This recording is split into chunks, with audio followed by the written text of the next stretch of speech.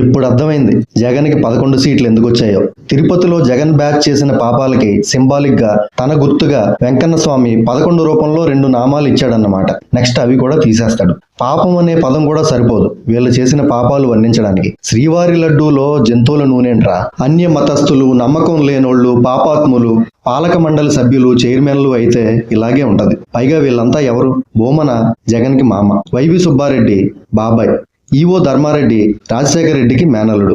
మొత్తం మీద దొంగలు ఊళ్ళు పంచుకున్నట్టు జగన్ చుట్టాలు మొత్తం టీటీడీని పంచుకుని అపవిత్రం చేసి భ్రష్టు పట్టించి దోచుకుని ఆఖరికి దొరికిపోయారన్నమాట. ఇంకా మీరైపోయారు. ఎవరు వదిలినా వెంకన్న మిమ్మల్ని వదలడు. అప్పుడు మీ టైం, ఇప్పుడు సామి టైం.